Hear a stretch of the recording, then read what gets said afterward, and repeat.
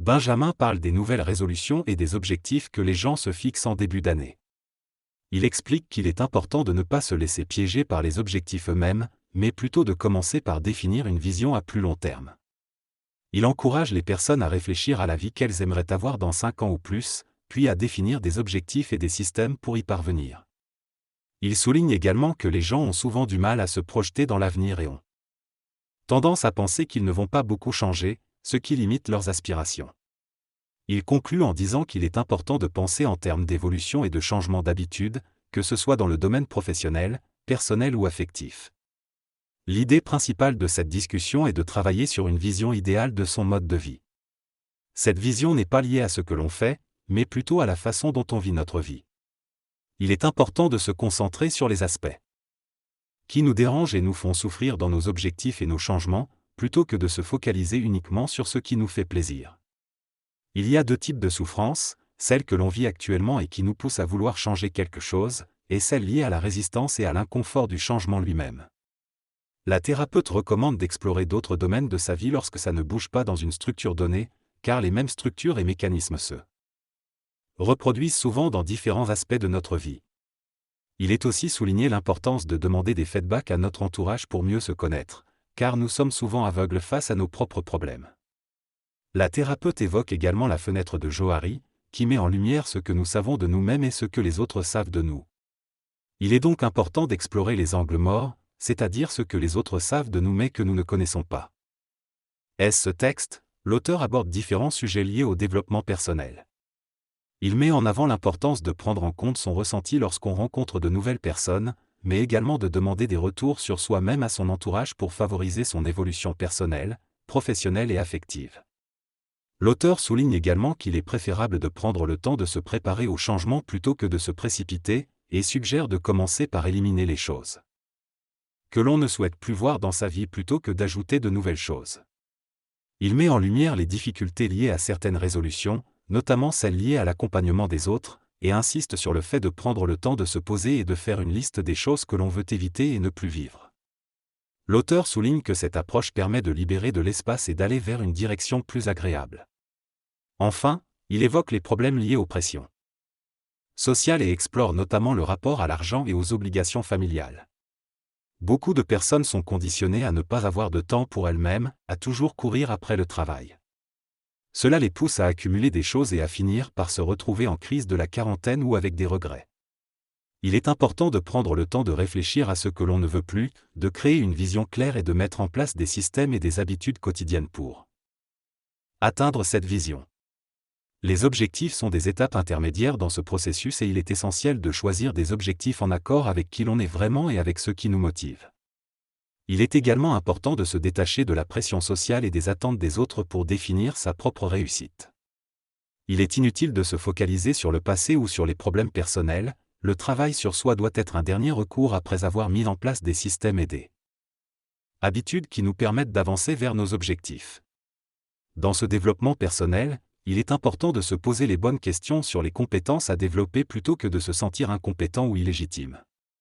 Le travail d'exploration des compétences manquantes permet de se sentir légitime et apaise le regard sur soi. Il est également crucial de faire des activités qui ne nous plaisent pas forcément, car c'est là où se trouvent les leviers de développement. Il ne faut pas attendre que la vie soit faite uniquement de choses agréables. La différence entre être dans son chemin et ne pas l'être réside dans la connaissance de soi et de ses mécanismes.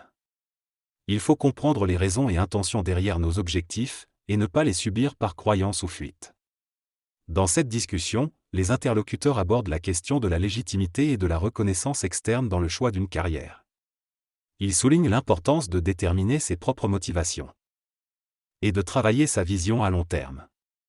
La pression sociale et l'environnement peuvent également influencer nos choix professionnels. Le concept de jobby est évoqué, représentant une activité qui nous passionne sans être associée à une pression de revenus et de travail. Il est donc essentiel de s'interroger sur nos véritables aspirations et de trouver un équilibre entre nos passions et nos besoins financiers. Dans cette conversation, les interlocuteurs discutent du sentiment de légitimité dans le domaine professionnel. Ils soulignent que le manque de légitimité est souvent présent tout au long de la vie, que ce soit vis-à-vis de ses collègues, de ses superviseurs ou de ses formateurs. Il constate que nos critères d'évolution et de comparaison évoluent avec le temps, ce qui peut renforcer ce sentiment de manque de légitimité. Cependant, ils encouragent à prendre du recul et à regarder le chemin parcouru pour relativiser ce sentiment. Ils soulignent également qu'il est possible d'exercer une activité professionnelle sans nécessairement se sentir légitime, tant que l'on trouve satisfaction et plaisir dans ce que l'on fait. Enfin, ils abordent la question de la motivation et de la pression liée au travail, soulignant qu'il est important de définir sa propre vision du succès et du travail, et de se défaire des limites imposées par les normes sociales. Ce texte souligne l'importance de se fixer une vision claire dans sa vie et son travail. Il met en évidence les limites liées à l'argent, à l'autorité et au groupe, et explique qu'une vision forte et alignée avec ses envies est essentielle pour trouver la légitimité et la motivation nécessaires pour poursuivre ses objectifs. Il mentionne également l'importance d'écrire sa vision et de l'explorer en profondeur pour identifier les limites et les obstacles potentiels. Finalement, il souligne que la vision doit être mise en action et qu'il faut prendre en compte les conséquences et les sacrifices éventuels pour atteindre ses objectifs. Explorer de nombreux sujets n'est pas aussi simple qu'il n'y paraît. Cela nécessite de la faisabilité, du temps et du travail afin de changer sa vision. Par exemple, travailler 2 heures par semaine et gagner 15 000 € par mois demande soit du coaching premium, la création de produits en ligne, la participation à des conférences ou une grande notoriété qui demande beaucoup d'efforts et de temps. Certains pourraient dire qu'ils ne veulent pas faire tout ça, ce qui nécessite donc une réflexion pour trouver une nouvelle vision qui correspond mieux à leurs aspirations. Il faut comprendre que pour atteindre certains objectifs, il faut faire des sacrifices et investir du temps et des efforts dans le processus. Par exemple, une personne souhaite devenir une autorité dans son domaine, cela ne se fera pas en quelques jours, cela nécessitera du travail, de la patience et de faire face aux critiques et au manque d'intérêt au départ. Il est important de trouver le bon équilibre entre la motivation et la réalité du chemin à parcourir pour atteindre ses objectifs. Les objectifs doivent être accompagnés d'un engagement réel pour les atteindre. Même si cela peut être difficile, il est important d'être prêt à faire face à la souffrance et aux obstacles qui se présentent pour y parvenir. Parfois, le levier de souffrance est plus important que le plaisir pour persévérer. Il ne suffit pas de croire en ses rêves, mais de travailler quotidiennement pour les atteindre. Les exemples de sportifs illustrent bien cette idée, car il ne suffit pas de rêver de gagner un tournoi, mais de s'entraîner quotidiennement et d'avoir une routine rigoureuse pour atteindre l'excellence. Dans cet extrait, l'auteur parle de la différence entre ceux qui réussissent et ceux qui échouent. Il souligne l'importance d'accepter la souffrance et les critiques pour devenir une autorité dans son domaine. Il mentionne également que certaines personnes sont motivées par les défis et les objectifs, tandis que d'autres ont besoin de trouver leur motivation ailleurs. L'auteur aborde également le rapport à la réussite et à l'échec, en soulignant qu'il peut être nécessaire d'explorer d'autres sujets qui peuvent bloquer notre progression dans différents domaines de notre vie. Le texte parle de l'impact d'avoir des objectifs dans notre vie quotidienne. Il souligne que certaines personnes s'investissent pleinement dans tout ce qu'elles entreprennent, que ce soit positif ou négatif. Cependant, il fait remarquer que la réussite peut parfois être difficile car elle peut conduire à un sentiment de vide une fois l'objectif atteint. Il explique aussi que nous avons tendance à nous habituer à ce que nous avons, que ce soit positif ou négatif, et que cela peut influencer notre bonheur. Enfin, il évoque le fait que nous pouvons utiliser nos passions comme des armes autodestructrices si nous n'avons pas les bonnes structures mentales en place. Il conclut en recommandant la lecture des travaux de Daniel Gilbert sur le bonheur. Le pouvoir de changer réside dans le fait que si quelque chose ne fonctionne pas dans un domaine, c'est probablement parce que la structure n'est pas la bonne et il faut explorer d'autres sujets. Cela vaut tant pour les relations personnelles que professionnelles. La façon dont nous faisons une chose reflète la façon dont nous faisons tout. En travaillant sur des détails quotidiens, nous pouvons générer des changements importants. Il est donc important d'être conscient de nos problèmes et de demander le feedback de personnes de confiance pour savoir sur quoi travailler. Le fait de vouloir changer doit être lié à notre volonté de ne pas souffrir du problème et d'être prêt à intégrer ce changement dans notre vie. Par exemple, dans les relations affectives, il peut être intéressant de revoir nos critères de rencontre pour trouver une personne compatible plutôt que de chercher des personnes qui ne correspondent pas à nos attentes. Dans cette discussion, il est souligné que les critères de sélection sur les sites de rencontres sont différents pour les hommes et les femmes. Les hommes ont tendance à être moins sélectifs, tandis que les femmes sont plus exigeantes. Cependant, Il est également noté que les femmes ont des critères de sélection qui sont souvent déconnectés de leur propre réalité. Par exemple, certaines femmes recherchent des hommes qu'elles admirent, tandis que les hommes n'ont pas nécessairement besoin de ce critère.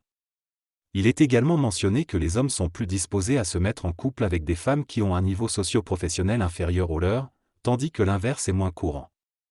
Enfin, il est souligné que ces différences de critères de sélection peuvent être influencées par des phénomènes sociaux et des enjeux divers, mais qu'il est important de se connaître soi-même et de prendre ses propres responsabilités dans le choix de son partenaire. Souvent, dans la plupart des cas, le choix de certains critères de sélection exclut 98-99% des hommes. Cela s'applique également aux relations affectives et au travail. Pour devenir un formateur reconnu et bien rémunéré, il faut faire partie de 1 ou 2% des personnes qui ont les compétences, l'engagement et la capacité à développer leur travail. Beaucoup de gens ne font pas les efforts nécessaires pour atteindre ces objectifs. Il est donc important de revoir nos critères et notre vision pour s'aligner avec nos actions. Hommes hésitent également à se mettre en couple avec une femme ayant un niveau d'éducation inférieur, bien que ce problème soit moins fréquent que celui des femmes qui ont des critères trop élevés. En conclusion, il est important de mettre en place des critères réalistes et de faire les efforts nécessaires pour atteindre nos objectifs. L'idée n'est pas de faire trop cher. Je vous souhaite de passer de bonnes fêtes et il me semble qu'il y a encore une réunion prévue avant Noël, peut-être le 28. Je ne regarde pas mes dates, mais bon. Merci, je vous envoie de gros bisous et je vous souhaite de bonnes fêtes. Pour ceux qui sont en visio, à bientôt le 28, et pour les autres, bonne fin d'année et bon mois à venir. Bisous, ciao. Merci.